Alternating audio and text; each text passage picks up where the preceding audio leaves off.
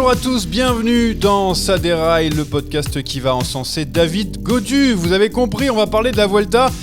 La Vuelta est-elle déjà jouée d'ailleurs? C'est la question que l'on va se poser, que je vais poser à mes chroniqueurs du jour. On va commencer par celui qui était là, présent depuis très longtemps, la Belgique, en force sur la Vuelta, en force sur le Tour de l'Avenir et en force ici sur Ça déraille. Salut James.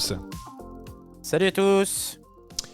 C'est tout. Juste salut à tous. Je pensais que, en plus j'avais parlé un petit peu, j'avais encensé la Belgique et tout. Toi tu me dis salut à tous. Oh, bah, c'est super.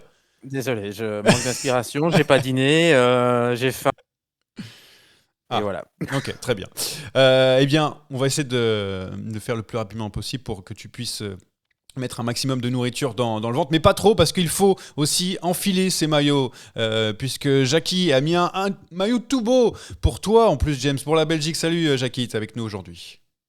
Salut à tous. Pour lui, pour Kevin De Bruyne, pour Arnaud Delis, enfin, pour la Belgique, quoi. Ouais, c'est vrai que ça Bon performe appétit. pas mal. Ça performe pas mal, bon, comme d'habitude évidemment, mais ça performe pas mal. Alors dans le chat déjà, on pose la question de savoir est-ce que on va parler de Binyam Girmay chez UAE. On va parler transfert un peu plus tard, ça sera un peu plus tard dans l'émission parce que d'abord on doit s'intéresser à la course du moment, à la Vuelta, et je fais pas attendre plus longtemps nos auditeurs, spectateurs, téléspectateurs et tout ça, puisqu'on part directement avec le tempo sur la Vuelta. Putain, t'as fait une bonne sortie aujourd'hui, hein. Papa va rentrer puis il va aller faire du tempo maintenant, hein. Le maillot rouge donc sur les épaules de Thorsten Train, j'ai fait un petit peu à l'américaine. Thorsten Train, pour le Norvégien donc qui a ce maillot depuis maintenant quelques jours, mais c'est bien Jonas Vingegaard qui mène la danse sur la Vuelta après sa victoire notamment en montée sur Val d'Escaray. Question très simple, James. Voilà, on va commencer direct. C'est fini pour le suspense, ça y est. Après cette première montée pour la Vuelta, évidemment, à chaque fois je répète, mais chute, maladie, blablabla. Mais Ouais. dans la physionomie de course de ce qu'on a vu après ces premiers 10 jours, c'est le suspense pour toi est terminé. On le savait déjà un peu avant, mais là. Bah, c'est ça que j'avais envie de dire. Est-ce qu'il y en avait déjà de base? Pour moi, il n'y en avait déjà pas. À la régulière, évidemment. La montée d'hier ne fait qu'illustrer ça. Maintenant, peut-être que le gap n'est peut-être pas aussi grand que cela. C'est pas comme s'il marchait sur ses adversaires. En tout cas, il y en a deux qui ont l'air d'être à un très très bon niveau. Pidcock et Almeida.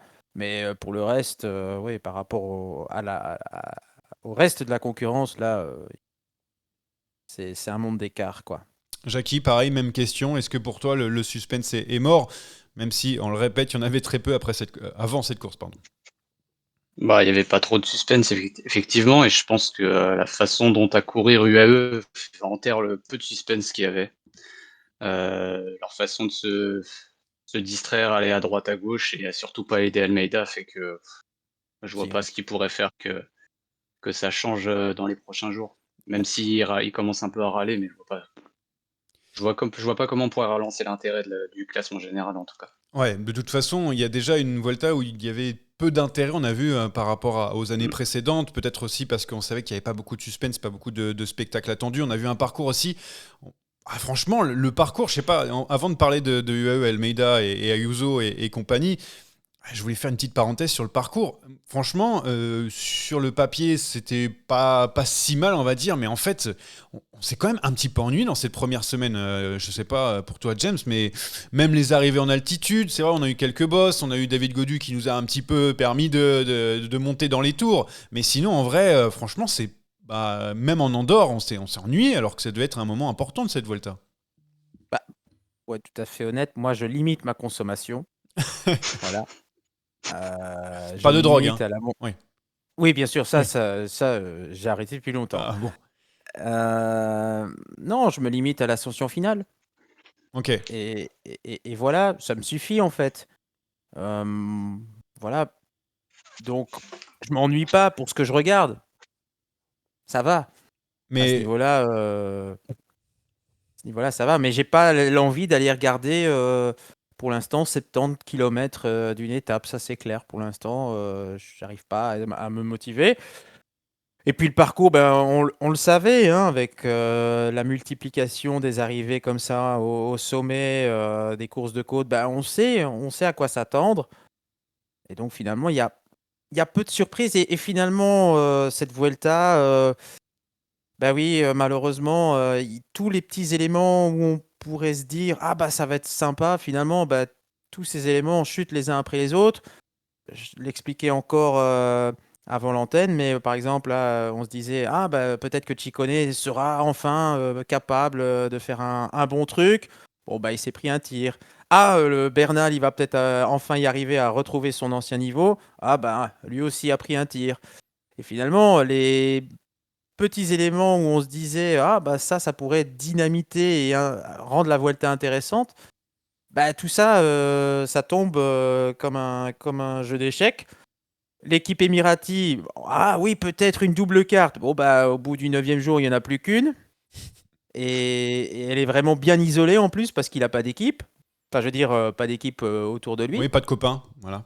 et pas de copains, Ouais. voilà. Il est tout seul à la récré, il joue tout seul avec Jay Vine, à la limite et à côté de ça, bah, tu as la Visma qui est au niveau et forcément, bah, ça rend les choses plus faciles pour, Jonas Vingegaard. Alors peut-être que l'attraction de cette Vuelta, ce sera de voir jusqu'à quand Tom Pidcock sera en mesure de batailler pour le podium, jusqu'à ce que, le jour arrive où lui aussi prendra son tir et alors là, on pourra éteindre la télévision. Oui, on va pouvoir parler évidemment des différents outsiders à la victoire finale, en tout cas ceux qui ont pris des tirs, comme disait James. Jackie, juste par rapport à l'attrait, toi qui regardes beaucoup de courses, cette année, ça t'a pas hypé la Vuelta, tu regardes pas trop, même le parcours a fait que tu as trouvé ça un petit peu ennuyant. Ton analyse pour un grand suiveur de course? Bah, écoute, c'est le problème, c'est que, au-delà du parcours, le plateau, il est pas ouf. Enfin, faut dire ce qui est, tu vas regarder le Rennais Tour, tu vas regarder le Grand Prix de Plouay, tu vas regarder enfin même le Tour de l'Avenir, je sais que James adore cette course. Enfin, tu prends plus de plaisir à regarder ces courses-là, ouais, de regarder ces courses-là que de suivre le Tour d'Espagne ou et encore, je trouve qu'encore, Visma n'a pas encore écrasé la course. Donc il y a encore un semblant de quelque chose. Hier, c'était pas ouf, hein. Je suis désolé, Vingegaard, ce qu'il a fait, c'était pas ouf. Ça suffira pour gagner, mais c'était pas dingue. Ouais. Et encore une fois, ça pâtit du plateau. Le plateau, il est moyen, Ouais. honnêtement moyen. Et puis il y a aussi le Moi, il me parcours, gêne hein. Ouais. pas encore, trop parce que sur le papier, il y a quand même je veux dire, bon, enfin, je veux dire, c'est pas si mal. On a Ayuso, qui est quand même la star espagnole. On a Almeida, qui est le meilleur coureur de course par étape de la saison. Vingegaard, le deuxième du Tour et multiple vainqueur du Tour, d'ailleurs, aussi, par la même occasion. Gall, qui vient de faire 5e du Tour de France. Ciccone, qui marche comme un avion, enfin, qui marchait comme un avion. Bernal, qui a gagné par le passé des grands tours. Le problème n'est pas le Oui, mais plateau, ils sont dans c'est quel état, les mecs? Tu vois, ça, ce que enfin, Vingo sort du Tour, c'est normal, il est quand même pas au top du top. Même son équipe, Jorgensen, il sort du Tour. Almeida, d'un arrêt pendant un bon moment. Bernal, ça fait un moment que je l'ai pas vu.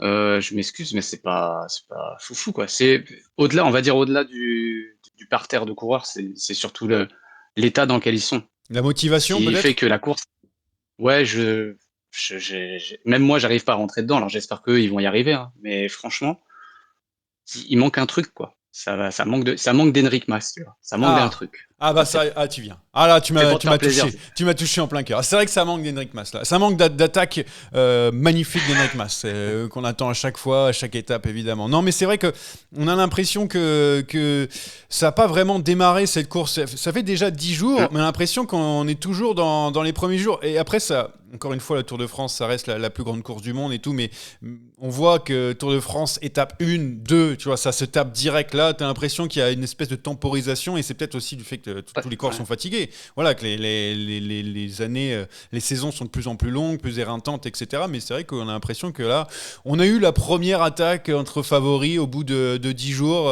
même si on n'a pas vu grand-chose derrière, mais bon, bref. Vous voulez un Ça truc? manque de tension, en fait. Mais il y Ça, en ça a. manque de côté dramatique, de tension, un truc, quoi. Mais il y en Là, a. Bah, c'est.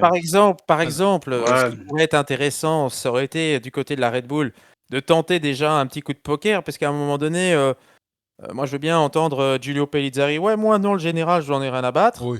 Bon. Bon, bah à un moment donné, alors qu'est-ce que t'attends? Je sais pas. Ciccone, pareil. C'est quoi le plan? C'est quand que vous essayez de faire vibrer un peu les foules? C'est quand le panache? Parce que si vous jouez 2 cartes au général, là vous êtes 9 et 10, c'est quoi l'intérêt? Bah après, tu as aussi la Visma qui peut cadenasser les étapes parce qu'ils ont vraiment franchement, ils ont une équipe. En plus, c'est son Collectivement, ils diapason. sont Collectivement, c'est sur tous les terrains, c'est tout. Il y a même Mais c'est ça Jorgensen qui peut faire de la aussi c'est ça patinette. aussi qui renforce aussi ce caractère-là de manque d'attractivité, parce qu'on a non seulement Vingegaard qui est le favori ultime, mais son équipe, le collectif, il est soudé. Il n'y a pas de faille non plus dans le collectif au niveau de l'entente. Ils sont tous centrés autour d'un objectif, c'est faire gagner Jonas Vingegaard. Et à côté de ça, les blocs, bah, là aussi, c'est collectivement qu'il n'y a pas de match. C'est encore peut-être pire collectivement, parce que les Émiratis, bah, on voit bien le cirque que ça donne entre Ayuso On va et en parler juste Almeida. derrière. Oui. Le bloc Ineos, mais ils sont pas au niveau, les autres, autour de Bernal. C'est triste, quoi. Enfin, ça aussi, ça renforce un peu Ouais. la déception. Donc, qu'est-ce que vous voulez? On peut encore s'estimer heureux, finalement, au bout de 10 jours, qu'il n'y ait que 40 secondes entre le premier et le deuxième. Bon, j'enlève évidemment le Thorsten Train. J'aime bien comment tu l'as prononcé. Ouais, à t'as vu, je l'ai l'américaine. fait un petit peu à l'américaine, mais c'est parce que Ouais. voilà, c'est devenu une star maintenant, enfin pour C'est une quelques star, jours. ouais, ouais. Même Et si- même ça, en fait, J'avais- il n'y a pas ce suspense de allez, je tiens le coup jusqu'à la 16e étape. Ah, venez c'est me pas un Ben chercher. O'Connor l'année dernière, ouais. Non, même ça, on n'y arrive pas, quoi. Ouais, ouais. C'est triste jusqu'au bout et bah, il va perdre son maillot demain, hein, probablement, quoi. Ouais, mais après, c'est pas non plus le coureur qui fait soulever les foules. Thorsten Train, on le connaît. Mais On le non, connaît mais pas très bon, bien, justement, il n'y a tu même vois. pas cette petite histoire. On aurait eu qui pourrait Bruno se créer, Armirail tu vois. chez nous, tu vois, ça nous aurait fait rêver, même il aurait perdu un jour. On a eu David Gaudu déjà, c'est bien. Mais c'est vrai que t'as tout. Tu vois, il ne fait pas une vœu claire Voilà. comme au Voilà. Tour de France 2011 où le mec il tient jusqu'à l'avant-dernier jour quasiment, Non, tu vois. non. Il n'y a même pas ça, quoi. Quelle tristesse. Heureusement, on a eu à eux. Heureusement, il y a eu à eux pour. Au moins, on rigole un petit peu avec eux. Alors, Almeida. Qui est donc le seul adversaire sur le papier encore on parle en termes de secondes, évidemment, puisqu'on a l'impression que ça commence à devenir de plus en plus compliqué. Bref, Almeida, et qui est donc le leader du AE, parce qu'Ayuso, il a pété premier jour. Bref, je me rappelle plus exactement lequel, mais le lendemain, il a gagné. Mais bon, bref, Ayuso qui a pété, ça, on va parler d'Ayuso, mais Almeida, il a surtout mis un tir à son équipe incroyable lors de la conférence de presse hier, ou alors en zone mixte, juste après l'étape de montagne, où il dit ouais, en fait, moi, j'aurais pu le suivre, hein, Vingegaard, mais j'étais mal placé parce que j'avais pas d'équipe. Je fais un petit résumé. En gros, c'est à peu près ça. Ayuso, on l'a jamais vu mettre un coup de pédale pour Joao Almeida. Il était dans le groupe pas très loin derrière Almeida. Il aurait pu éventuellement, parce que quand même il a l'air d'avoir repris un peu de couleur. Bon, énigme totale, c'est le chantier. Voilà, c'est le chantier. Personne veut aider personne, chacun joue de sa carte. Jevine va chercher une étape, Ayuso va chercher une étape, chacun son tour va chercher une étape, et le pauvre Almeida, il est tout seul dans la pampa là, il est obligé de se débrouiller. Alors, je sais que Jackie il veut parler de là-dessus, et je pense que c'est ce qui rend cette Vuelta un petit peu intéressante. C'est vraiment UAE, c'est n'importe quoi. On est d'accord? Bah, est-ce qu'on se rend vraiment compte de ce qui se passe avec une équipe avec un budget pareil? Ce qu'ils sont en train de faire sur cette Vuelta? Ils ont quasiment tous lâché Almeida. Enfin, du moins, en tout cas, pédale pas à 100% pour lui. Ça manque d'un capitaine de route, clairement. Moi, j'ai regardé Grand Prix de Pouet hier. Un mec comme McNulty, j'aurais kiffé qu'il soit là. Ou même un Maïka, tu vois. Même un Maïka de l'année dernière ou d'il y a 2 ans, ça manque d'un mec qui va les tenir et qui va leur dire ah, les gars, faut arrêter de déconner, faut rouler maintenant. Là, tu sens qu'Almeida, il est lâché dans la nature et puis débrouille-toi, quoi. Et là où ça s'est vu, effectivement, c'est hier. Quand t'as 4 Visma qui se met en file indienne et qui part d'un coup, alors que Trek est en train de mener. Là, je l'ai vu Almeida, je savais même pas où il était. Et qui était autour de lui. Jevine, il a pété comme un popcorn.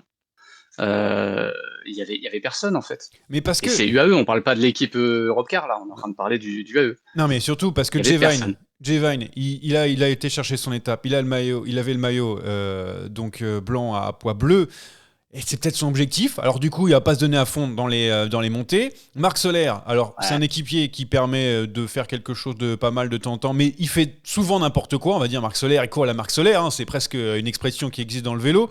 Juan Ayuso, il a aucune envie d'aider Joao Almeida parce que les deux s'entendent pas très bien. Alors peut-être que, je sais pas moi, James, le Portugais, c'est peut-être un mec imbuvable, moi j'en sais rien, mais en tout cas là, il est un petit peu seul au monde. Hein. Alors, il y a quand même, il faut quand même aussi dire que le portugais n'est pas un facile. Les échos que j'avais du côté de la Quick Step, c'était pas triste. Bon. Ça, c'est quand même un élément à mettre aussi dans la balance. Mais on sait qu'Ayuso n'est pas un facile non plus. Donc, quand vous mettez 2 pas faciles ensemble dans la même équipe, bah, c'est pas moins fait plus. C'est un peu plus compliqué. Mais ce qui est le plus fou, c'est qu'à travers ce désordre collectif, les mecs, quand même, ont gagné les 3 étapes. Donc, c'est ça qui est quand Parce même qu'ils sont trop forts. sidérant. Ils sont tellement forts individuellement que malgré tout ça, on ne pourra pas dire que la Vuelta de l'équipe Emirati sera ratée. Vous gagnez 3 étapes. C'est ça qui est le plus fou dans cette situation. Et évidemment, pour Almeida, ça doit être extrêmement frustrant de se retrouver dans une situation pareille où il est leader sur un grand tour. Il peut enfin avoir sa chance. Et il n'a pas d'équipier, en fait. Ouais. Il n'y a pas de bloc soudé autour de lui. Ça doit être incroyablement décevant pour lui. Voilà, il va devoir composer avec. Mais j'ai peur qu'Almeida se fasse malheureusement avoir par un coup tactique à un moment donné, par justement le fait de ne pas avoir d'équipe. J'espère que durant la journée de repos, on va quand même à un moment donné dire au sein de la direction, bon, maintenant les gars, arrêtez un peu vos conneries et soyez un peu plus soudés autour de votre leader. Moi, le cas qui me gêne le plus, c'est voir Marc Soler qui est 6e de l'étape. Moi, je dis ça, c'est n'importe quoi là. Ça, c'est ça la limite le plus triste. Ayuso, il n'y a même plus de surprise. On sait très bien que le mec, il est déjà en partance et que voilà, il est en roue libre. Et moi, j'avais pas les jambes, j'ai pas forcé, etc. Bon, ok. Et puis quoi encore Grossschartner est un peu décevant, malheureusement. Il faut bien dire aussi, c'est un gars que j'espérais voir à un autre niveau. Et puis Jay Vine, bah oui, on sait que le maillot démon sur la Vuelta, c'est sa cam. Et donc forcément, ça traîne aussi dans un coin de la tête. Mais j'espère quand même que pour Almeida, on va faire l'effort parce que c'est quand même un coureur qui l'aura bien rendu. Cette année, il a quand même gagné plusieurs épreuves par étape. C'est un très très grand Almeida et ce serait quand même dommage que le Portugais ne soit pas récompensé par un podium sur un grand tour à cause d'une équipe défaillante. Et comme Jackie le dit bien, on ne parle pas ici d'une équipe de bas de classement, on parle de l'équipe avec le plus gros budget. Donc là, ça fait quand même un peu désordre. Jackie, t'y crois, toi Du coup, ça saute. Pas du tout. De toute façon, on a l'impression que ça va être comme ça jusqu'au bout. Ou alors, on a promis de grosses primes à tous les coureurs pour se mettre, pour se mettre en ligne de marche derrière Joao Almeida. Moi, j'aimerais vraiment pas être à la place d'Almeida, quoi. C'est-à-dire qu'il rentre dans le bus, il voit que les mecs, l'étape où Ayuso gagne, il se barre à 160 bornes de l'arrivée, il fait son festival, et puis le jour d'après, 2 jours après, il décide de pas pédaler, quoi. Et Jevine qui roule après, et Soler qui roule après, ils se roulent tous dessus, et personne autour d'Almeida. Moi, je suis à la place d'Almeida, je suis fou. Je deviens fou. Ouais. Lui, il est au classement général, en vrai, il est 2e, et il a personne autour de lui. Alors que c'est un coureur qui a besoin, quand même. Il a besoin. Avec tout ce qu'il a donné cette année, il a besoin d'avoir des mecs autour de lui. Surtout qu'il met un petit peu de temps à se mettre en route, on sait, dans les montées. Donc Ouais, c'est vrai que diesel, si on a quelqu'un pour l'aider dans les premiers hectomètres, les premiers kilomètres, et que derrière il peut se mettre en marche assez facilement, c'est vrai que ça peut aider beaucoup. Mais malheureusement, c'est vrai que là, on a une équipe qui ne l'aide pas du tout. Il l'a dit. Là, et après, bon, qu'est-ce qu'on peut faire? Mais il y a surtout ce problème, Ayuso. Parce que maintenant, ça devient un problème. Il faut le dire maintenant, il faut dire les choses. C'est un problème parce que on ne peut même plus compter maintenant sur lui. En tout cas, je parle cette année. On verra après ce qui se passe derrière. On ne peut même plus compter sur lui pour aller chercher un podium de grand tour, pour jouer les premiers rôles au général, puisque il a mentalement, on a l'impression qu'il n'y est plus. Il a envie de partir. C'est compliqué. Et tu le mets sur des grandes courses, il aide personne. Ça devient vraiment un problème. Enfin, maintenant, je ne sais pas comment ils peuvent le régler, mais Ayuso est devenu un problème pour eux. Bah, comment le régler, c'est qu'il s'en aille, en fait, tout Ouais, simplement. mais t'as un Je contrat vois pas comment un mec comme jusqu'en ça peut changer. T'as un contrat jusqu'en 2020, au moins 2027 de mémoire Ouais, pour Ryan Uzo. Oh, Oh, je 2028, sais même voilà. plus, Ouais, c'est 2028, je crois. 2028. Donc ça veut dire qu'il faut que tu alignes l'argent, ou alors tu romps le contrat. Enfin, la seule solution, c'est de s'entendre avec UAE et tu dis bon bah voilà, Mm. on s'arrête et puis je sais pas. Mais James, tu n'avais pas d'écho sur le fait que Movistar voulait le récupérer en payant Oui, un petit bout quand même? ouais, mais Bobby Star aimerait bien l'avoir, évidemment. C'est clair et net. Mais bon, le problème, c'est qu'il n'a pas le budget pour le payer. Ouais. La seule équipe qui est capable de le faire à l'heure actuelle, il y en a plusieurs. Mais l'équipe qui semble la plus intéressée, c'est la Lidl Trek, qui pourrait récupérer ce qui leur manque. En fait, dans leur effectif, c'est un coureur Ouais. capable de briller sur un grand tour. Ça ferait sens, mais Est-ce que tu as ça envie de collerait pas à la récupérer? philosophie. Ouais. Mais t'as pas envie de récupérer un Ah oui. coureur comme ça. Je suis désolé, à un moment donné, c'est un Mm. coureur à problème, il faut oser le dire. Euh, mais il est pétri de talent. Et alors, à un moment donné, il faut faire un choix aussi. Mais dans l'effectif de la Lidl Trek, il manque un élément, c'est un coureur capable de briller sur les grands tours. Et il en a le potentiel. Ça c'est indiscutable. Je crois qu'on est tous d'accord là-dessus. Donc la seule solution, c'est trouver un accord entre les trois parties et ça va être possible. Parce que il n'y a pas d'avenir. Il n'y a pas d'avenir possible dans cette équipe. Rappelez-vous l'article de la presse espagnole sorti déjà au mois de juillet en disant que Ayuso était déjà assuré l'année prochaine de ne pas faire le Tour de France avec les Émiratis. Donc, à un moment donné, il n'y a pas il y a pas d'autre issue possible qu'un départ. Et puis, voilà, c'est aussi la conséquence d'une équipe aussi. Voilà, on arrive à toucher certaines limites. Quand on empile comme ça les stars les unes après les autres, à un moment donné, ça pète. Ouais. Qu'est-ce que vous voulez? Il y a Poggi qui est déjà une immense star, qui est le plus grand coureur à l'heure actuelle.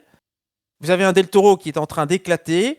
Et puis, vous avez des jeunes qui poussent comme des Morgado, des Christen, et j'en passe. Il y a aussi Torres qui est dans les starting Mm. blocks. On prépare Ramirez pour le futur. Mais à un moment donné, quand vous empilez les gars avec du talent, etc., c'est normal que c'est pas tenable. Donc, c'est normal. Et ça va conduire au départ de Ayuso, probablement dès la saison prochaine. Je vois pas d'autres issues possibles. Et tant mieux pour tout le monde, quoi. Parce que ça ne peut pas continuer comme ça. Jackie, tu voulais rajouter quelque chose au propos de James? Mm.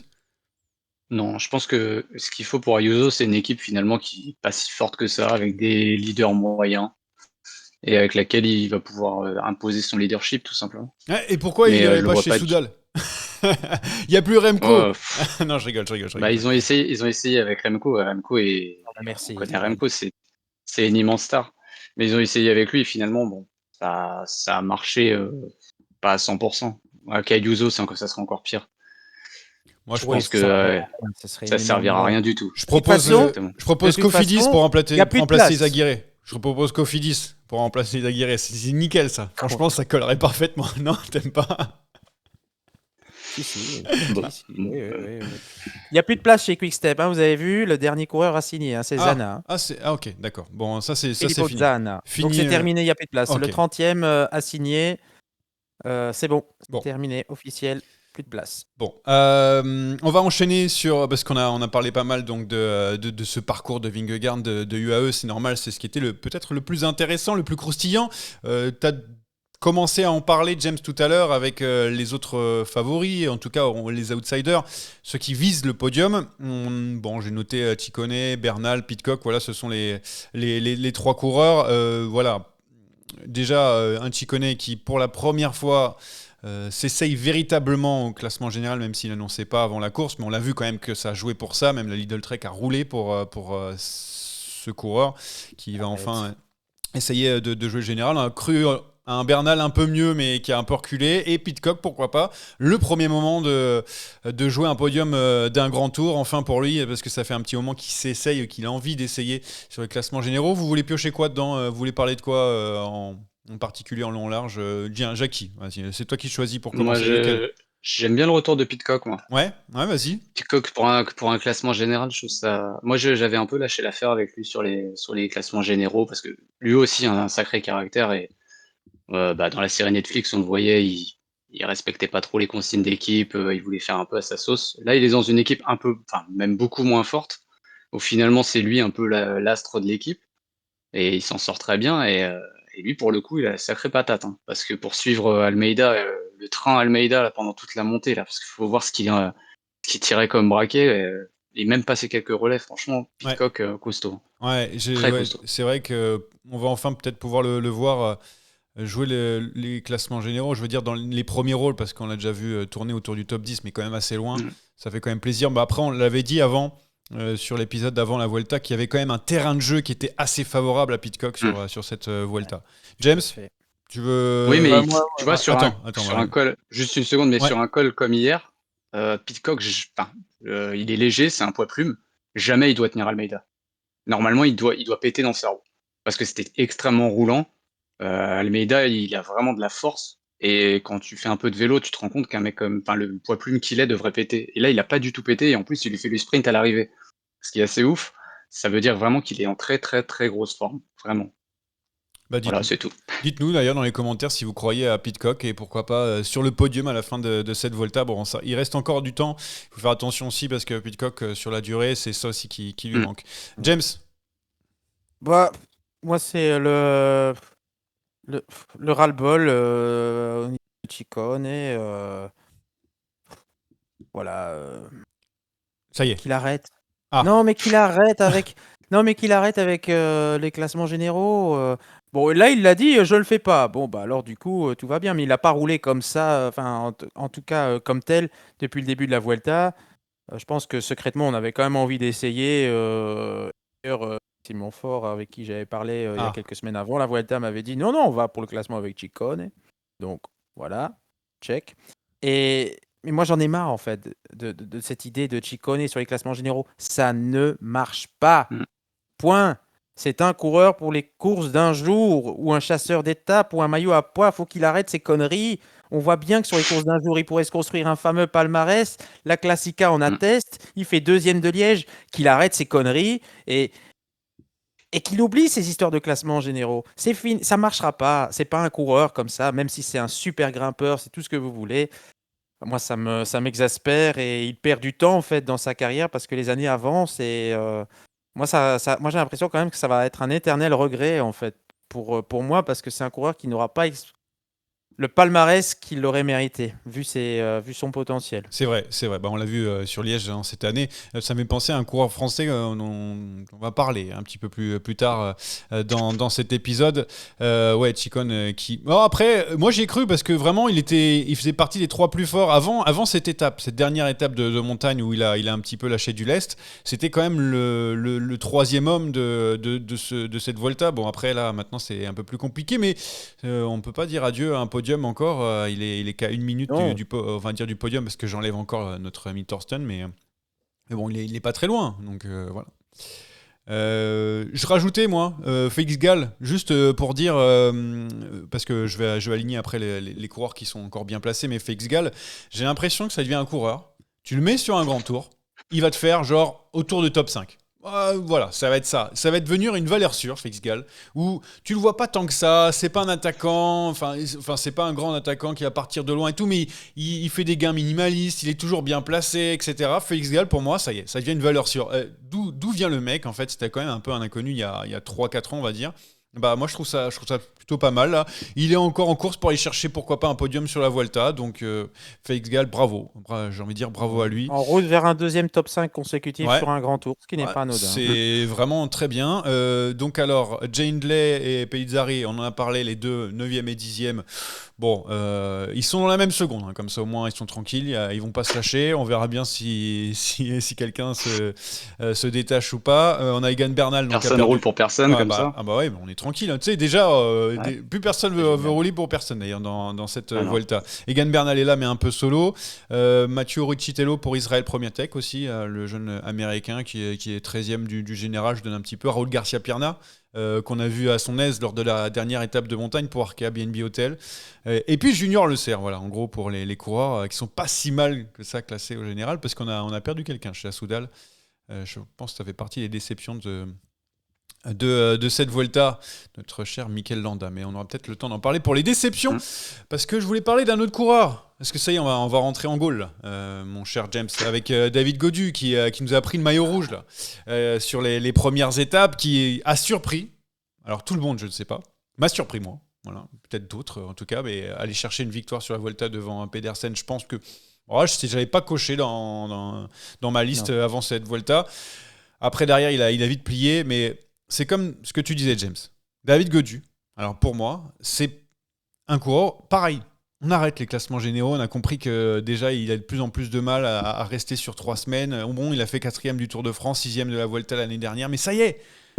Vas-y mon coco, maintenant t'es capable de gagner face aux meilleurs dans ces moments-là, dans ces côtes-là, donc vas-y, pareil James, c'est pas comme Chicone, non?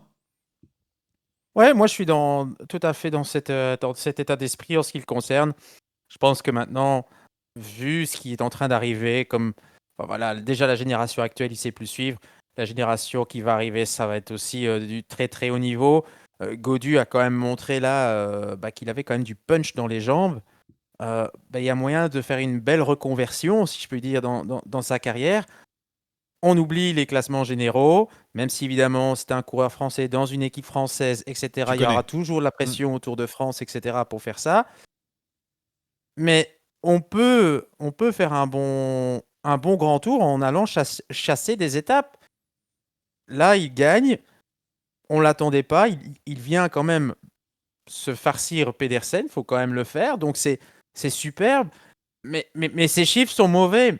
Donc, là, il a bien géré son coup parce qu'en fait, en ayant des chiffres mauvais, il a quand même sauvé sa Vuelta et il en avait besoin de cette victoire parce qu'il ne faut quand même pas oublier que c'est le leader de l'équipe.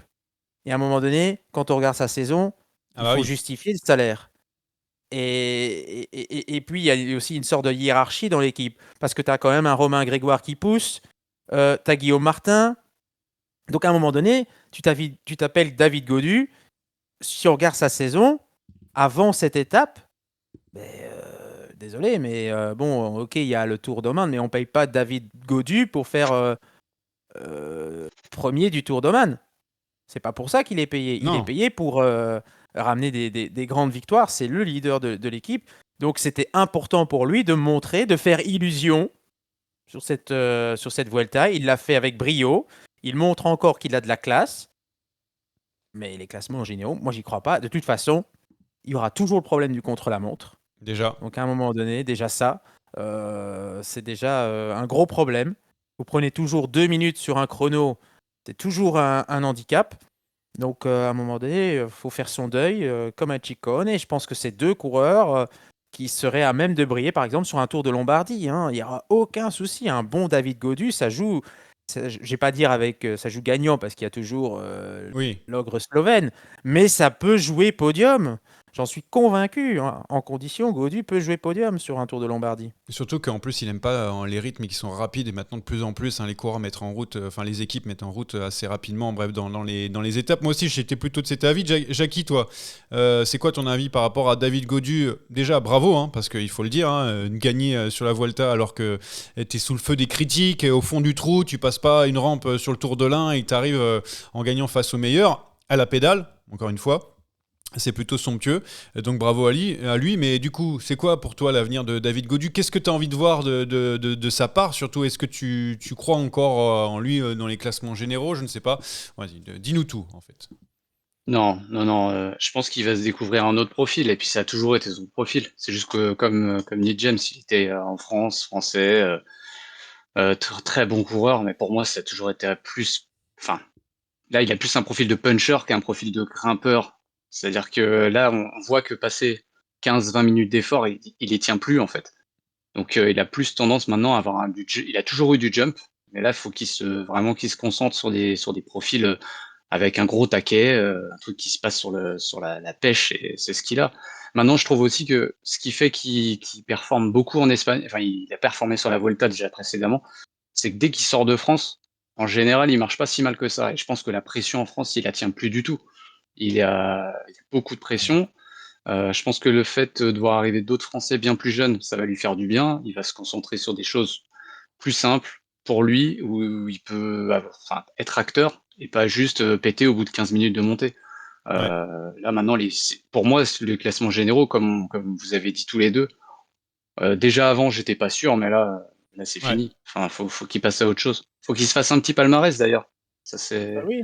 c'est le plus important, c'est qu'à la fin, quand tu t'arrêtes, c'est pas de dire j'ai fait cinquième, 3 fois cinquième du tour, c'est de te dire t'as gagné 4-5 étapes, c'est bien plus sympa. T'as porté le maillot rouge sur une Vuelta, Bah mine de oui, rien, ça aussi, ça, eh oui. ça compte. Ouais, mais moi aussi. À voir ce que décide aussi David Gaudu. Déjà, on pense déjà à l'année prochaine pour lui, hein. Mais c'est vrai que pour nous les Français, les supporters français, bah, on a trouvé notre autre pépite là. C'est bon, on est passé à autre chose avec David Godu qui a quand même porté l'espoir des Bleus pendant un petit moment maintenant. Mais ça y est, on est passé à autre chose, David. Tu peux être tranquille. Allez, c'est bon. Tranquille, fais ta vie, gagne pas mal de courses, un maximum de courses. Nous, on est sur un autre dos. Pour terminer cette Vuelta, en fait, cette première partie de Vuelta, très rapidement, je sais pas si. Alors, j'ai pas mal de choses que j'avais mis de côté au cas où. Mats Pedersen, donc, qui a le maillot vert, hein, il faut le rappeler, même si, décevant sur cette Vuelta, on l'attendait à gagner 5, 6, 7 étapes. Voilà, il est un petit peu en dessous. Philipsen, lui, par contre, inverse. Ah, tu vas pouvoir répondre, J'aime, je te laisse, je donne 2-3 trucs. Philipsen, l'inverse, puisqu'il est là, voilà, et il est là sur la Vuelta, il est en train de récupérer toutes ses victoires qu'il n'a pas eues sur le Tour de France. Il est quasi parfait. Jasper Philipsen, voilà, les petits trucs que j'avais notés en plus. On a aussi Viviani qui recommence à sprinter, même s'il se fait déclasser, enfin bref. Tiens, James, t'étais d'accord, pas d'accord sur quelque chose? Vas-y, Non, lance-toi. non, mais en fait, Pedersen ne gagnera pas 4-5 étapes parce qu'en Non. fait, il y a Jasper Philipsen qui est beaucoup plus rapide que lui en vitesse intrinsèque. Donc, Mais même, ouais, il fait pas les forcément, sprints. Tu vois, il est pas là présent. On l'a vu vraiment non, il est en un peu plus difficulté. emprunté. Il n'est Ouais. pas au même niveau qu'au Giro, ça fait aucun doute. Et puis, bon, bah voilà. Mais ça devrait quand même suffire sur la durée pour aller chercher ce maillot.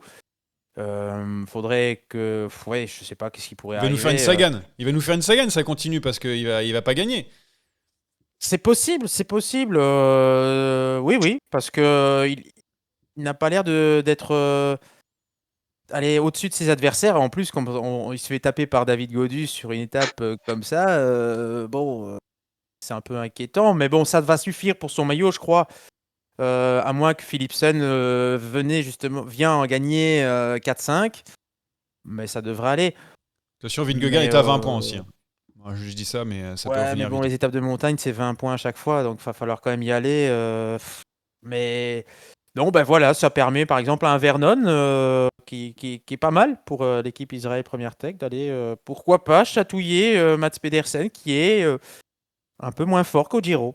9 points d'écart entre Ouais, le c'est Britannique jouable. et le Danois, Pourquoi c'est pas. jouable. Jackie, par rapport à Bah, nos plus rapides, parce qu'on a parlé des grimpeurs jusque-là. après, Pedersen, il est aussi victime de son profil passe-partout. C'est-à-dire qu'ils utilisent Pedersen un peu pour tout et n'importe quoi. Enfin, tu le vois, il joue pour Chicone dans les arrivées. Tu vois qu'il le cache au pied des bosses. Tu vois qu'il roule beaucoup. Typiquement, hier, il a roulé au pied de la bosse, il a roulé. Donc, tu laisses forcément du gaz. Donc, mais bon, moi, je pense que le maillot. En fait, comme il est tellement régulier, que ça soit au sprint intermédiaire ou même dans les arrivées, il marque beaucoup de points. Donc, je vois pas du tout comment il pourrait perdre son maillot. Maintenant, ce qui serait bête, c'est qu'il termine la Volta sans victoire. Ouais. Et comme dit James, je pense que celle de Gaudu, il a pas dû la kiffer Ouais. parce que il Non. se fait bouger par un gamin de 60, enfin, par un mec de 60 kilos, ça a dû lui faire bizarre. Tout dans le virage. Tout Ouais, dans le virage pour David ah ouais, Gaudu. tout dans le virage. Ouais. Ouais. Mats Mais il a lancé Pedersen. trop loin aussi. Hein. Tactiquement, c'était pas très bien joué. Mats Pedersen, donc, Ouais. qui roule un petit peu la Van Aert, on va dire, utiliser un petit peu la Van Aert, Un histoire C'est un peu ça, ouais. de rappeler Un peu des ça, mauvais ouais. souvenirs à nos amis belges. Mats Pedersen, qui en plus a la qualité pour passer les mondes, donc ça lui permet d'aller faire les sprints intermédiaires, mais ça serait un petit peu moche, on va dire, s'il remporte ce maillot vert comme ça, même si il l'aurait mérité au final. Oh.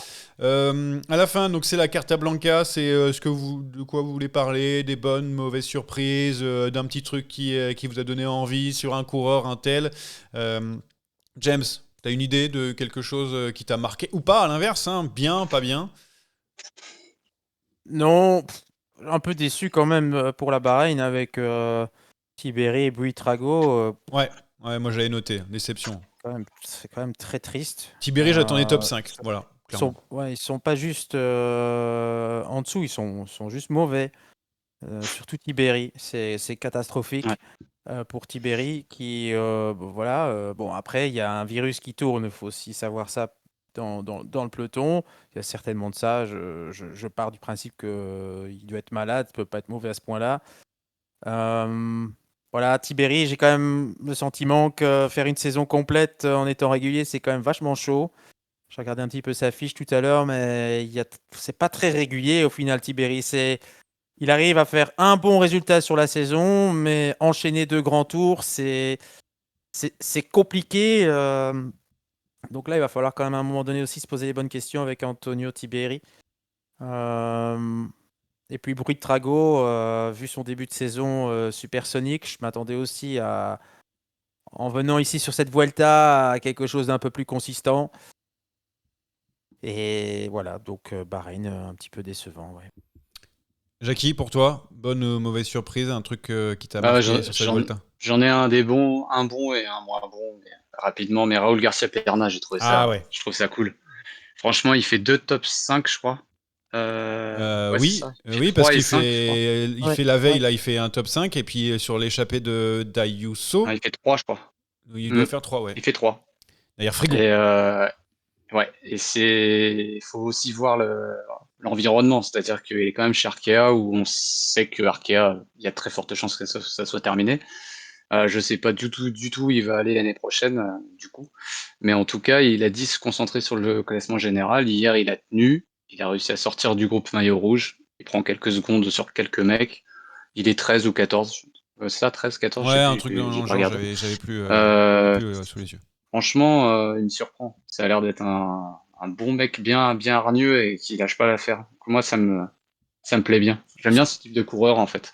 Qui est un Movistar peu pour pareil, la saison passe-partout. prochaine. Hein. Je Ouais, me permets de compléter. De quoi? ça m'étonne pas. Pirna, ce sera Movistar l'an prochain. Ouais, bah, c'est un coureur espagnol, ça aide bien, évidemment, Ouais, mais c'est vrai qu'il Pas y avait très Christian capable, Rodriguez hein. pour l'Arkea BNB Hotel sur cette Volta, lui qui marche assez bien ouais, mais... souvent, mais là, du coup, il n'est plus là, Christian Rodriguez. Et un dernier, je parlais, Ouais, c'était Landa. ouais, Parce que bah ouais. Oui. Landa, je fais partie de Landissimo et Landa, ça me fait mal au Aïe, cœur aïe, là. aïe, aïe, c'est Mais dur. bon, il a pas récupéré de son Giro apparemment. On a C'est pas perdu la un fête. animateur. On a perdu un animateur de cette Volta. Mikel Landa, Ouais, malheureusement.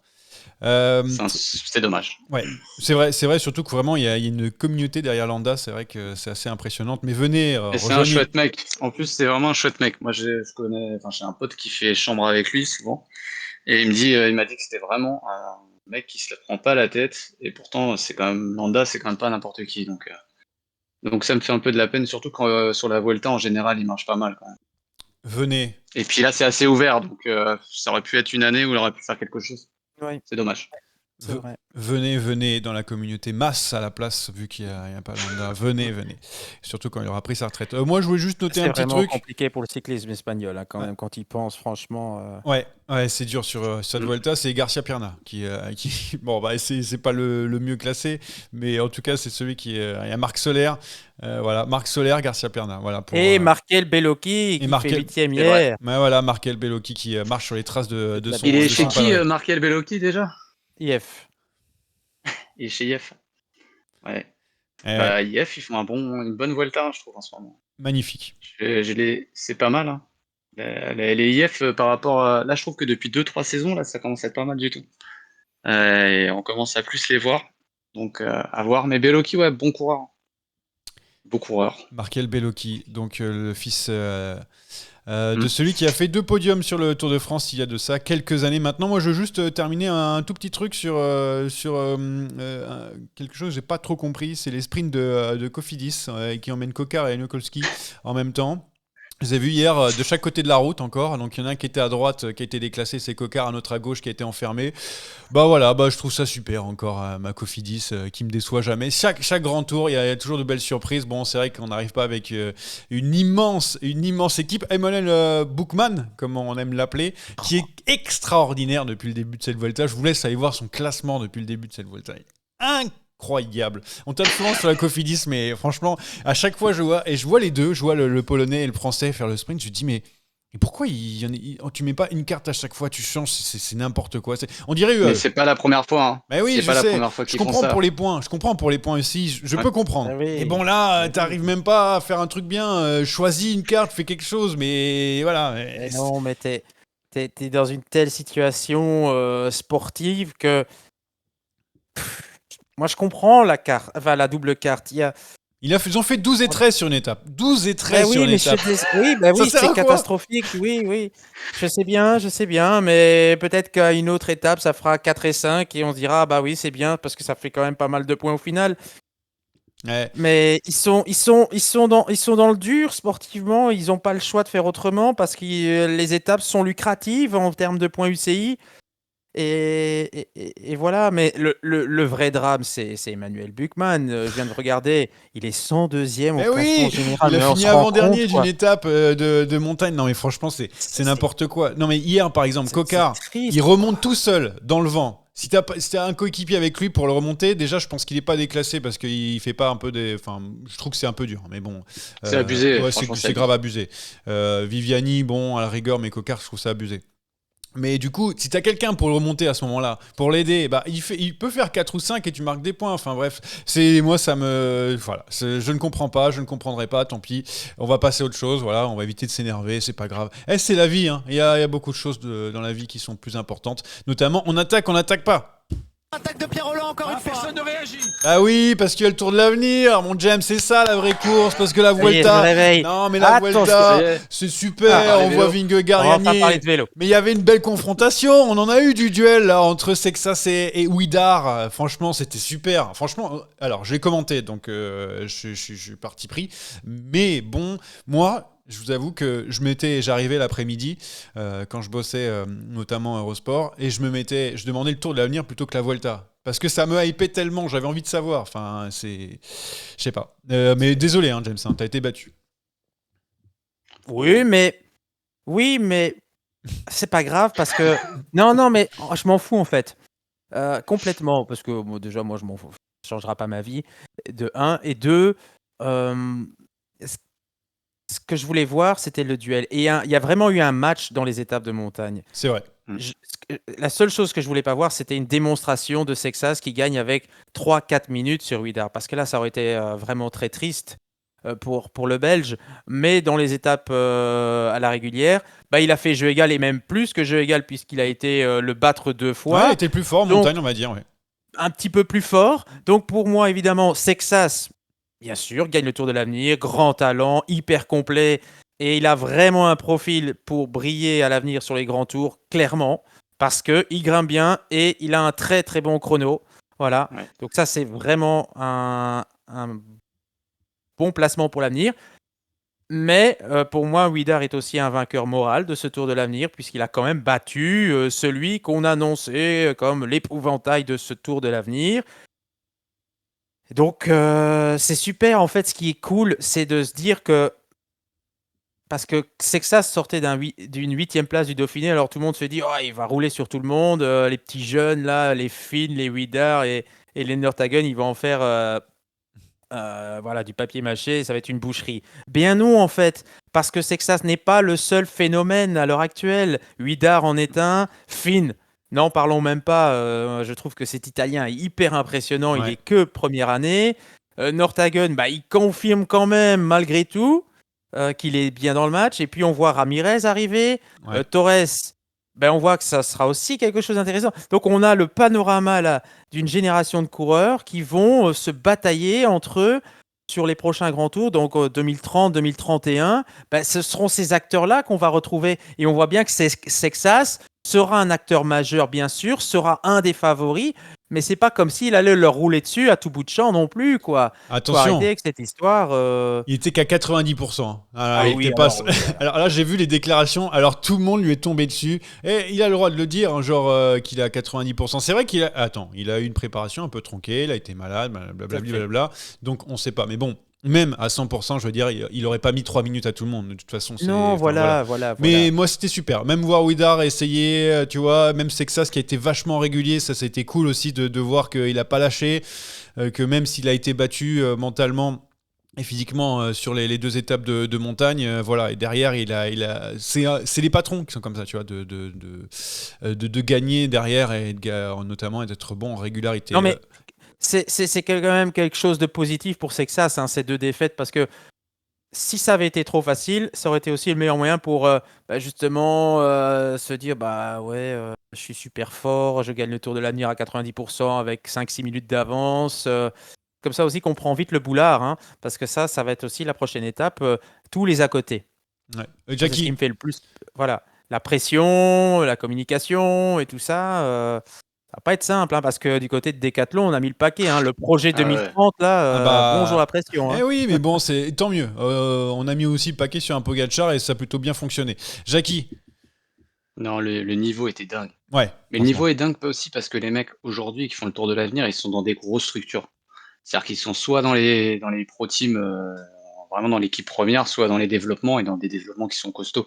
Donc tu te retrouves avec des mecs qui aujourd'hui peuvent faire 8 du Dauphiné, mais qui sont capables de faire des choses sur des courses d'un jour face à des mecs qui ont 25 ou 30 piges. Mm. Donc ça devient vraiment intéressant. Ouais, Maintenant, Widar, il a montré quelque chose, c'est qu'il est super intelligent sur la course. Les 2 wins qu'il a, c'est des moments où il est parti à vraiment des moments parfaits, où il a piégé Sexas, et ça, c'était super appréciable à regarder. Parce que c'est vrai que Sexas, on s'attendait vraiment à ce qu'il écrase la concurrence, et ça n'a pas été le cas du tout. L'avantage qu'il a, par contre, c'est qu'il roule très vite. En roulant très vite, bah, tu récupères ce que tu gagnes, enfin, tu prends de l'avance ou tu récupères ce que tu as perdu en montagne. Et comme il grimpe déjà très très bien, mais ce qui était vraiment plaisant, c'est que justement, finalement, le podium se tient pas, c'est pas si large que ça, hein. Mm. Et le niveau était vraiment, vraiment Ouais. excellent. On va dire les 5 premiers, c'est du niveau World Tour, mais vraiment. Ouais, quand tu Et vois, c'est vraiment impressionnant à regarder. quand tu vois le palmarès par le passé, des fois il y a des trous d'air. Je trouve que de plus en plus, là, il y aura, enfin, les coureurs maintenant qui jouent les premiers rôles de ce Tour de l'Avenir, il y aura très peu de loupés parce que c'est vraiment maintenant des coureurs qui sont des cocons et tout. Il y avait la victoire de Ouais. Bevort, le Danois, le mec qui était déjà fait top Eh 10 oui. du Tour de Danemark quelques semaines auparavant. Donc c'est vraiment des grosses machines. Enfin, c'était hyper intéressant en tout Mais cas. c'est- Et c'est une course qu'on adore. c'est ce qu'on dit, en fait, le Tour de l'Avenir est une course pro déguisée, hein. Ah bah oui. Mm. C'est que ça, Ah, c'est complètement. professionnel. Huidar, il a beau être dans la Conti de l'auto, il est déjà sous contrat et bien payé. Finn, bah, c'est la même chose. Torres, il est déjà pro. Bévor, tu cites son exemple, c'est pareil. C'est- voilà, c'est une course pro. En fait, c'est une course pro, exactement. C'est une Ah, course tout à pro fait. et donc voilà, En c'est fait, il pour y a un ça peu que moins de c'était densité. C'est juste que les équipes en elles-mêmes, elles sont moins denses. Donc, tu as exactement. vraiment tout de suite les leaders qui vont se détacher. Mais du coup, tu as plus de leaders qu'avant. Tour de l'avenir, avant, ça se limitait à 2-3 mecs qui étaient très très forts et qui étaient au-dessus, qui étaient morphologiquement plus forts et qui étaient. Et là, aujourd'hui, tu as quand même plein de mecs qui se battent pour la win et ça, c'est beau. Ouais. C'est Et cool. je rajouterai un élément, cette année, on a été aussi gâtés. Il n'y a pas eu d'abandon précoce d'un des grands favoris, parce que c'est Mm. généralement le cas sur le Tour de l'Avenir. Deuxième étape, vous perdez un favori dès le deuxième Là, il jour y a sur une Adria chute. Pericas. Il n'y a pas eu C'est pas- il y a pas eu cette grosse embardée massive où on a perdu un favori. C'est ce que je craignais. J'avais peur que le duel Sexas-Huidar tourne au vinaigre à cause de ça. Ouais. Ouais. J'ai prié pour que le duel ait lieu parce que on avait tous envie de voir ça et je suis content de voir que finalement il y a vraiment eu quelque chose. Non, mais Et c'est top, c'est Et- vraiment top. sur les Quel dernières beau années, spectacle. on voit Joe Blackmore qui remporte l'année dernière la course devant Pablo Torres. Il y avait Thymen Gratt aussi, David Epiganzoli, Pellizzari, Del Toro sur le podium en 2023, Kian Utebrooks et Stone Mitey. Enfin voilà, franchement, à chaque fois, il y a eu du Carlos Rodriguez qui a fait un podium aussi sur le Tour de l'Avenir. Enfin voilà, que des gros coureurs en ce moment, mais bon, de plus en plus maintenant.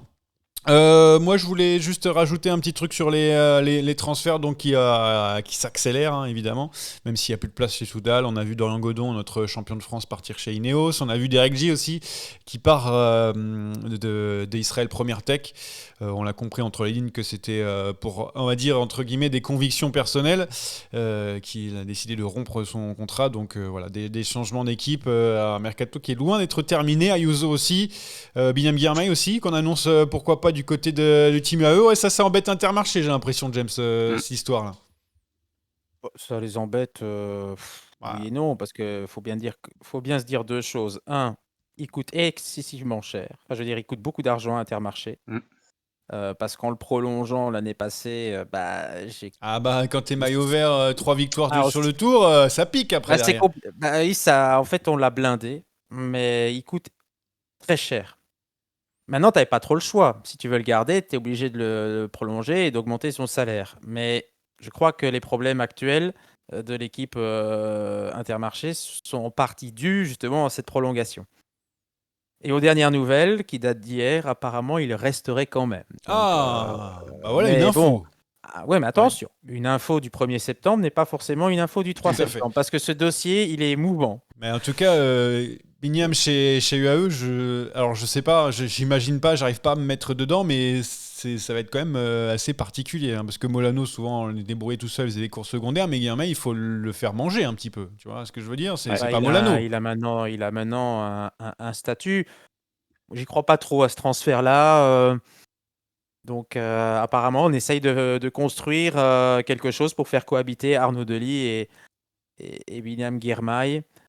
Donc, à voir comment ça va s'agencer. Ce dossier de fusion avance. Elle aura lieu. On est apparemment prêt au niveau juridique. Parce que c'était un sacré schmilblick, comme on dit chez moi, à mettre en place. Maintenant, il faut voir au niveau opérationnel comment on va pouvoir organiser ça. Et notamment avec tous les contrats qui étaient déjà signés, d'un côté comme de l'autre. Qu'est-ce qu'on va faire des coureurs, entre guillemets, en trop ? Ouais. Voilà. Bah, touche chez Cofidis qui va rester en World Tour. Bon, allez. Ouais, mais alors là, justement, c'est aussi le classement UCI a énormément d'importance parce qu'il faut qu'Intermarché aussi puisse envisager de rester dans le World Tour pour pouvoir éventuellement vendre cette licence. C'est compliqué, hein, et Cofidis, évidemment, espère secrètement, espère que la fusion ait bien lieu, et ça va aller. Donc c'est pas évident. C'est pas évident. Bon, Cofidis, la chose la plus facile, ce serait de se sauver finalement sportivement comme ça. Il n'y a pas de stress. Alors là, tu peux déjà oublier. Hein. Ou alors, je sais pas, il se passe quelque chose. On en est où dans le classement ? Il faut gagner le Tour de Lombardie. Non, mais il y a tellement de retard. Il faut faire podium de la Vuelta et gagner le Lombardie pour Cofidis presque. J'abuse, mais on n'est pas loin de ça. Tu peux regarder en attendant. Jackie, tu avais un petit truc à dire sur ce qui se passe autour du vélo ou pas, ou on peut passer au quiz. Arnaud Delis aussi qu'on a vu de retour en pleine forme là, sur René qui gagne la Bretagne Classique, c'est magnifique ça, on a enfin le taureau là. Il a le sourire. T'as vu la tête qu'il a ou pas, Delis là ? Est-ce que t'as vu sa tête l'année dernière déjà, ou en début d'année, ou quand on le voyait pas du coup ? Franchement, Delis, c'est le mec que t'as envie de voir gagner et que t'as envie de voir devant péter des manivelles quoi. Non mais en plus j'ai vu aux interviews. Tout le monde est content quand il gagne. Et puis c'est un bon client. Je pense que James, quand il l'a, je l'entendais parler d'une féminine dont je me souviens plus le nom, où ça avait fait chier en gros la féminine, ça la faisait chier de lui parler. Je pense que quand il a Delis en face de lui, c'est un bon client. Voilà. Et c'est un très beau coureur, donc tant mieux. Et puis s'il revient en fin de saison, là, ça doit lui faire bien plaisir. Le Rony Tour, ça a été top. Et puis voilà quoi. Ouais, là, je pense que la dépression, c'est pour soigner la dépression. De toute façon, il y a rien de mieux que de gagner, mec. Ouais, c'est vrai, il a faim, ça se voit, il a faim. René Wittour, il va chercher quand même le classement général lors de la dernière étape. Merci à Van Der Poel d'ailleurs d'avoir joué le jeu sur René Wittour, hein, parce que c'est pas tout le temps le cas, on va pas se mentir, il choisit ses courses. Lui qui a repris en VTT là, mais franchement c'était super René Wittour, super quand t'as des coureurs comme ça, on s'amuse un petit peu, donc... Non, Arnaud Delis, merci pour la Belgique, parce qu'on adore Arnaud Delis aussi, nous, de l'autre côté de la frontière. James le sait. Voilà donc pour ce qu'il y avait à côté. James, petit mot sur le classement, tu vois, c'est mort ? Non, c'est bon, t'as confirmé. Il y a 1200 points d'écart entre Cofidis et Intermarché. Et surtout, le problème, c'est derrière, c'est parce que derrière, il y a une UX qui arrive très fort. Une UX qui est à 35 points. donc, c'est un peu chaud. Il va falloir surtout regarder derrière, parce qu'une UX, ça marche très fort. Donc oui, il va falloir trouver une solution pour marquer des points. Il faut gagner Paris-Chauny. Pas le choix. Il faut gagner Paris-Chauny. Au moins, j'ai envie de dire, au moins gagner Paris-Chauny. Et là, peut-être que ta saison est sauvée. On est parti pour le quiz. Allez, 5 quiz assez court, vous allez voir. Attends, mais... Ce quiz est une dictature orchestrée par moi-même. J'ai pas compris la question, c'est... Donc, ça va être assez simple, puisqu'on va parler non pas de la Vuelta, mais de la Bretagne classique et du Tour de l'Avenir. Bretagne classique, hommes et femmes d'ailleurs, qui s'appelle agglomération classique, agglomération Lorient, je crois, un truc comme ça. Non, mais oui, mais bon, bref, c'est pour vous Ne dire. demande pas le nom exact. Hein. Oui, bref. Très bien, première question. Il y en a 8 au total, donc ça va aller vite. Paul Sexas, qui succède à quel dernier vainqueur français sur le Tour de l'Avenir ? Godu. David Godu, c'est une bonne réponse pour James qui marque 1 point. Je vous le dis, ça va aller vite normalement. Je suis désolé pour Ça a le chat. défilé, là. Le chat aussi a répondu Godu, Ben Foot. J'adore ce pseudo. Et Théo qui était à fond dans le chat. Je vous donne le point aussi, c'est cadeau, parce que James a répondu très vite. Deuxième question. Depuis 2010, 3 vainqueurs du Tour de l'Avenir ont gagné ensuite un grand tour. Qui sont ces 3 coureurs depuis 2010, du coup. J'ai pris les 15 dernières années. Pac, comme ça. Un grand tour. Bernal, c'est une bonne réponse dans le chat déjà. Pogacar, c'est une bonne réponse, Poggi, évidemment. ouais. Et qui est le 3e coureur. Poggi, c'est bon, le chat aussi là. Il manque un 3e coureur qui a remporté. Il aurait pu y avoir Del Toro s'il n'avait pas déconné. Je peux. Ouais, c'est vrai que j'y ai pensé en faisant ce quiz. Je me suis dit, on aurait pu rajouter Del Toro à quelques neurones près, on va dire. Alors, je vais essayer de vous aider parce que personne là pour l'instant dans le chat et tout. C'est un coureur qui n'a pas remporté le Tour de France. Déjà, ça peut vous aider. Qui a remporté donc le Tour d'Italie et la Vuelta. Pour moi, je suis en train de bugger là totalement. Un coureur avec une nationalité plutôt typée grimpeur, on va dire.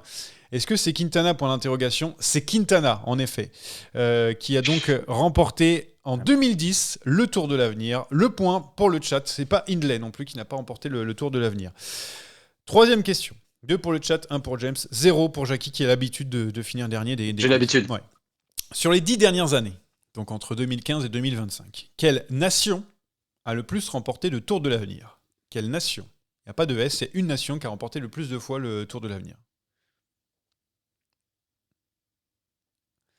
Ouais, c'est voilà, vous pouvez vous lancer. L'Espagne, c'est pas une bonne réponse. Ce serait la France avec 2 ? Non. Du coup, oui, mais avant c'est 2025, pardon, j'ai pas compté 2025 avant. Ah, merde. Il y a une nation. Les Anglais, ce n'est pas bon. Ouais, pas italien, facile. allez. Italien, ce n'est pas bon. La Belgique ? La Belgique, c'est pas bon. Le Danemark, c'est pas bon, mais on se rapproche. La Norvège ? La Norvège, avec Tobias Foss et Tobias Johannessen, qui est en 2019 et 2021, la team qui a donné la Norvège aussi en même temps. Je vais donner le point à James cette fois-ci, j'en m'en excuse, mais il a donné avant Tobias Foss et Johannessen, donc ils vont gagner coup sur coup. Et donc la France rejoint au palmarès la Norvège sur les vainqueurs, la nation vainqueur le plus sur ces 10 dernières années. Ouais, c'est fou. De dire que c'est la Norvège en fait finalement, c'est ce que j'ai remarqué. Donc 2 pour le chat, 2 pour James, 0 toujours pour Jackie. Petite question, toujours sur le Tour de l'Avenir. Sexas et Ouidar ont remporté 2 étapes donc, de cette édition 2025. Sur les années récentes, les dernières années, le record de victoire pour un coureur, c'est 3 étapes remportées, et pas sur la même édition d'ailleurs, si je peux me permettre. Qui a réalisé cet exploit, entre guillemets, de remporter 3 étapes du Tour de l'Avenir ? Ce sont les coureurs en activité, évidemment, c'est vraiment sur les dernières années, on va dire sur les 10-15 dernières années. Je vais vous donner des indices, évidemment, mais peut-être avez-vous des idées. Alors, pour les indices, c'est très simple. C'est un grimpeur, un sprinter. Un grimpeur, un sprinter. Godus n'est pas bon dans le chat. Un grimpeur, un sprinter. Très bien. Pour le grimpeur, c'est un grimpeur qui a remporté 2 grands tours. Mais il ne s'est jamais imposé sur le Tour de l'Avenir, ni même fait, je crois, de podium de mémoire. Non. Ah ouais, c'est pas facile. Enfin, c'est pas facile. Ah, ça va, je vais aider. Un mec qui a remporté le Tour d'Espagne et le Giro pour ses 3 victoires d'étape. Très bien, laissez-vous de côté. Pour le sprinter, c'est un sprinter actuel qui roule aussi très vite, qui est dans une équipe qui mange le cul à Cofidis, d'après ce que j'ai compris il n'y a pas très longtemps, et qui en a remporté 3 donc, sur 2 éditions différentes. Je vous laisse réfléchir. Varenskolt ?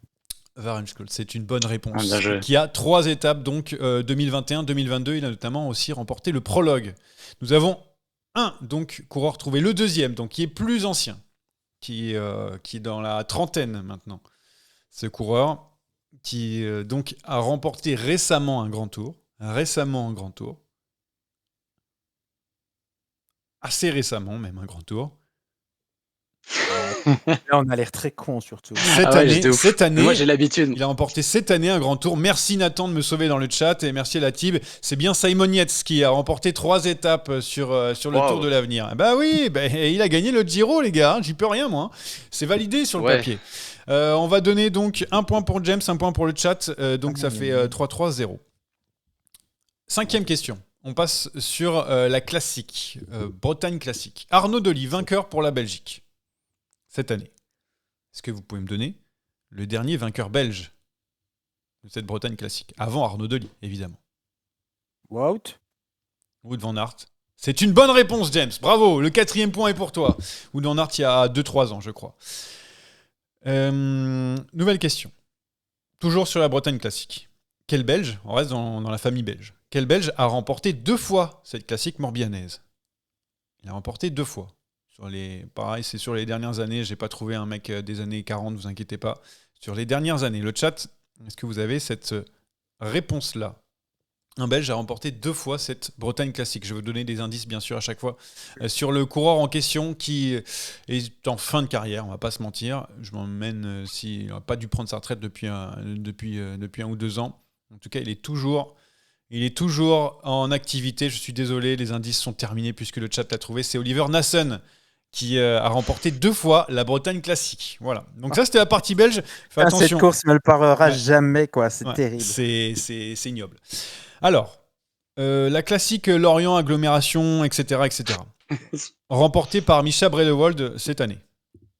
Elle en est à combien de victoires de suite, Mischa? Parce que franchement, ça commence à enchaîner. Là.